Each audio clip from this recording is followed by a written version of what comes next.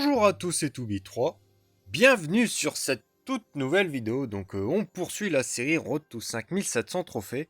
Donc du coup sur les 2 derniers jours ça s'est plutôt bien passé. Hier plus 295, j'ai fait 7 perfs sur 7 et la dernière attaque j'ai fait n'importe quoi et j'ai fait une étoile, c'est le deuxième de la série. Et ça bien évidemment ça ne fait extrêmement pas plaisir. La journée d'aujourd'hui est journée impeccable, uniquement un fail 89%, donc du coup on a perdu 11 trophées. Par contre en défense 5 attaques, 5 perfs, va falloir arrêter le délire. Hier j'ai gagné quasiment 30 trophées, donc ça c'est pas mal du tout. Et si sur les derniers jours je gagne à peu près un peu moins de 10 trophées en moyenne, bah ça devrait aller pour les 5700 trophées. Bien qu'aujourd'hui ce soit mal parti puisque j'ai pris 5 perfs de suite. On est parti pour les 2 fails.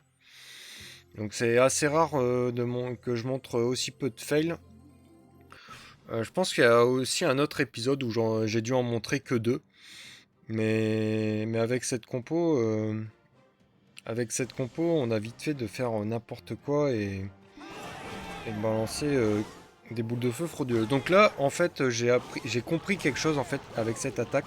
Là, on peut voir qu'en fait, si on met une boule de feu sur la défense anti-aérienne, eh ben, on a le monolithe, le canon ricochet, une catapulte et surtout le CDC. Donc du coup, on peut dire que c'est une boule de feu très rentable. Et c'est ce que je m'étais dit. Et là, vous avez vu, par rapport à d'habitude, je mets mes 2 invis et j'attends à peu près 2 secondes avant d'envoyer la boule de feu pour m'assurer que la boule de feu ira bien à destination et non pas déclencher la capacité Warden à la hâte et donc du coup pouvoir potentiellement foirer une boule de feu. Et donc du coup en fait c'est là où tout le problème va arriver, c'est qu'en fait la tour unique de rage, bah en fait elle va faire beaucoup trop mal.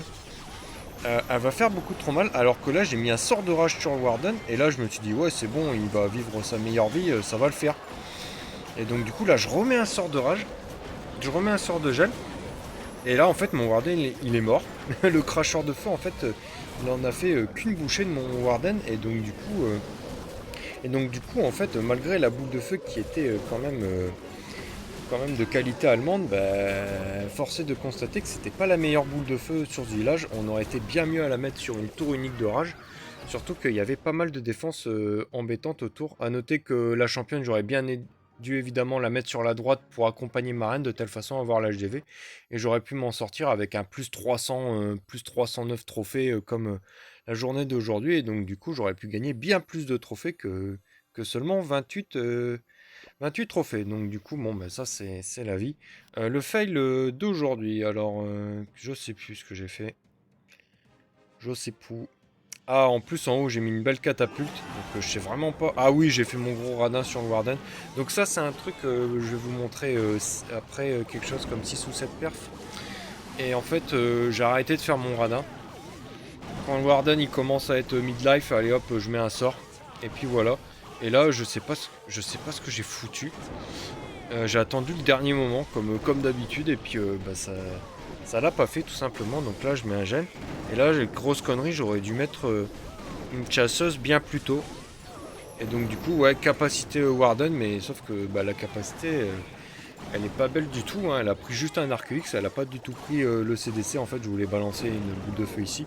Et ça aurait pris le CDC ainsi que 2 cracheurs de feu. Et j'aurais été extrêmement bien. Là, bah, ça va pas le faire du tout. Je mets quelques ballons parce qu'en fait il y avait une Tesla qui avait pop et comme ça je peux prendre le canon des enfers. Je balance mon gros commando, je prends la gigabombe, ça fait pas très plaisir. Et en bas j'ai perdu le Warden, je sais pas comment, il y avait juste une unique de poison. Ah non, il y avait la catapulte et l'arc X, donc du coup vraiment une très mauvaise attaque.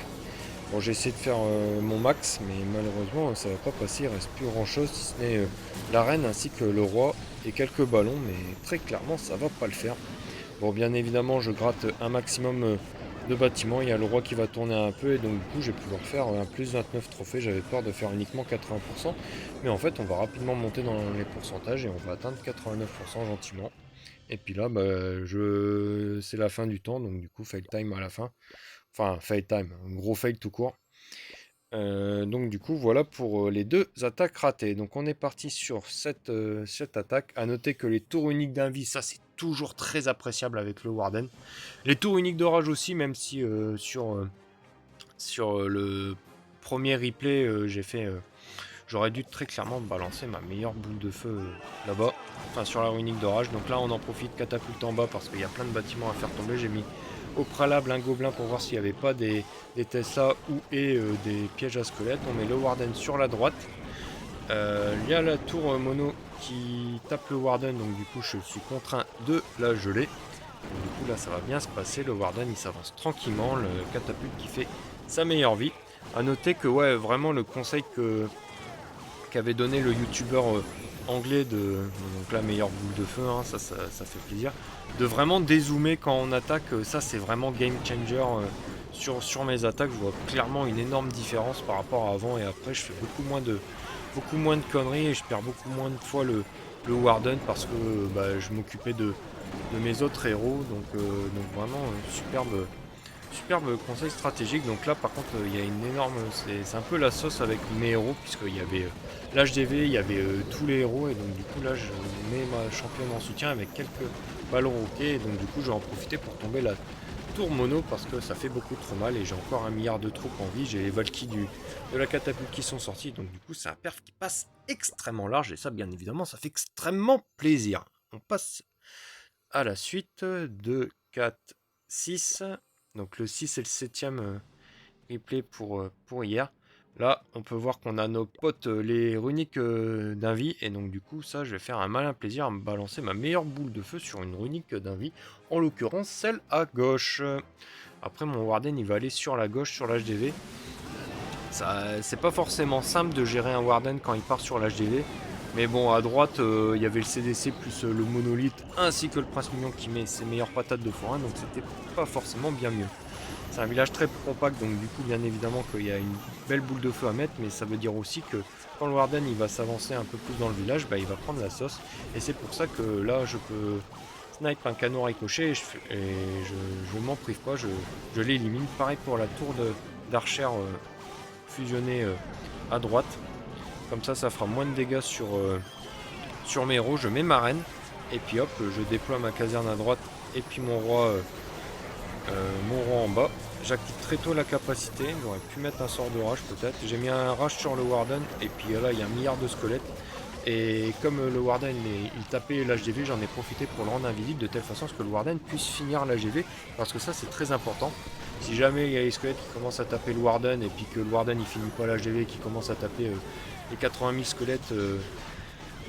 squelettes, clairement ça va pas le faire. Là on finit l'attaque sur le petit parc à Tessa avec un canon ricochet et puis quelques héros qui sont un peu chiants à faire tomber, mais on a encore pas mal de troupes dans la main ainsi que des héros restants et donc du coup ça va passer assez largement.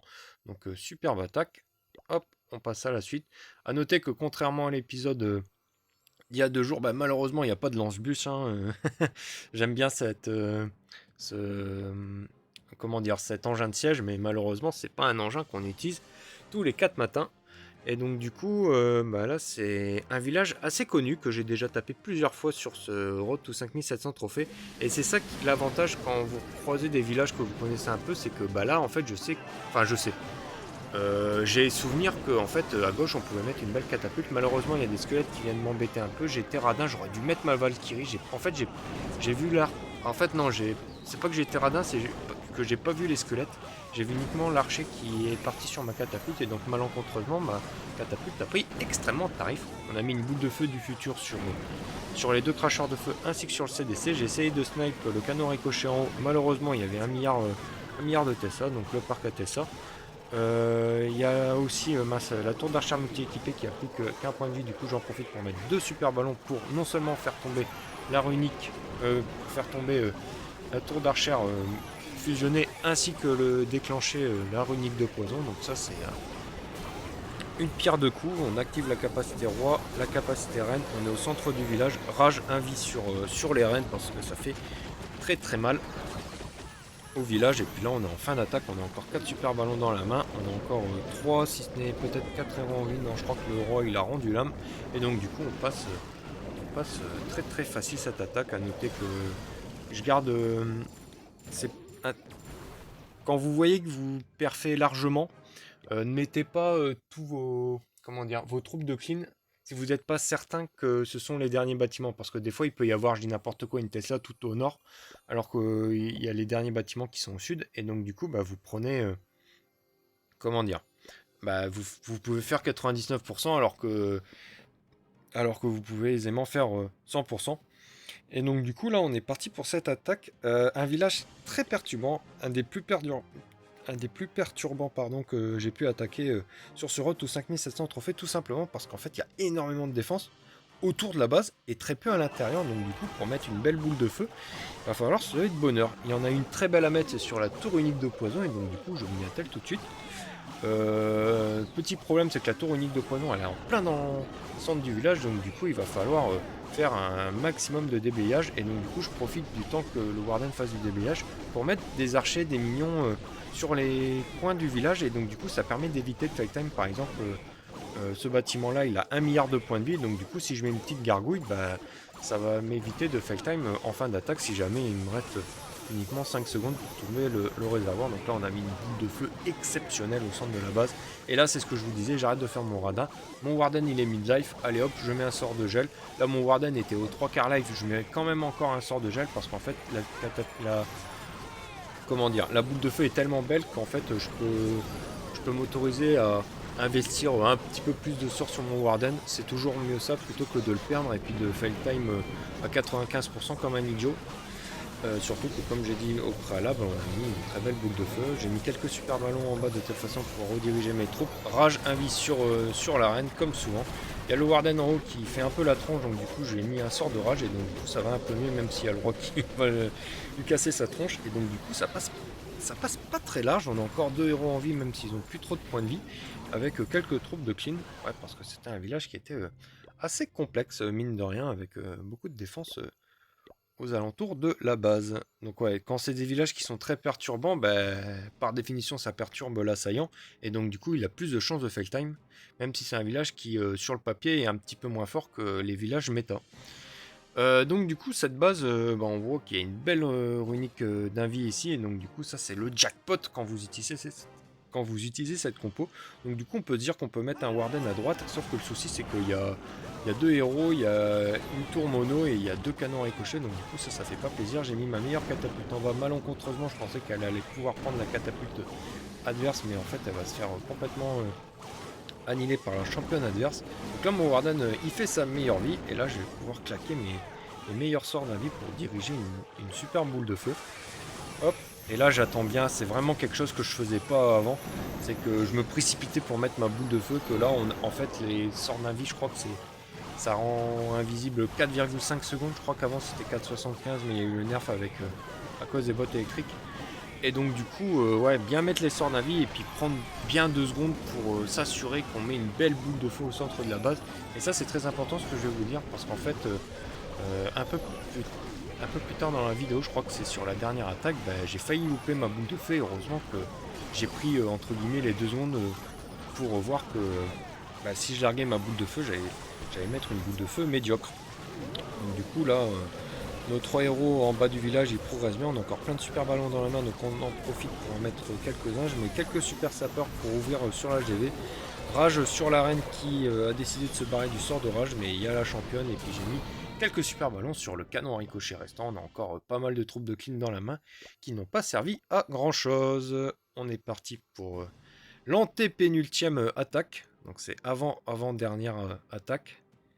Qu'est-ce que j'ai fait là-dessus? On peut voir encore qu'il y a une belle runique d'invisibilité au centre de la base. Je comprends pas pourquoi les gens ils ont des runiques d'invie, parce que généralement les assaillants en dragon ils ont la flèche géante sur l'arène. Peut-être pour ceux qui attaquent en comment ça s'appelle, en racine Valky, ça peut être éventuellement intéressant. Ils n'ont pas forcément de quoi gérer une runique d'invie. Enfin bref. Après on est à 5600 trophées, on n'est pas non plus super haut en trophée, donc du coup ceci explique peut-être cela. Je mets quelques super ballons sur la droite, parce que là l'objectif bien évidemment c'est de mettre une énorme boule de feu au centre de la base. Je mets quelques ballons, j'aurais dû les mettre un petit peu avant. Hop, et donc du coup ouais, donc là c'était un petit peu chaud parce que j'avais oublié de rendre invisible lui, donc du coup la boule de feu est passée à pas grand chose, parce que les bâtiments à gauche ils allaient revenir à la vie. Donc là je mets un sort de rage en prévention, et en fait mon Warden il va retourner sur la droite, et donc du coup là j'ai le seum parce que du coup il va rejoindre le commando. J'avais mis un sort de rage en prévention parce qu'il y avait le monolithe et il y avait éventuellement le roi qui pouvait venir entre guillemets en même temps que le monolithe est tapé, donc du coup j'avais pas envie de perdre mon Warden. Bon bah au final mon Warden il est avec tous les héros et donc du coup là j'ai très peur de Feltime à ce moment là, je me souviens très bien.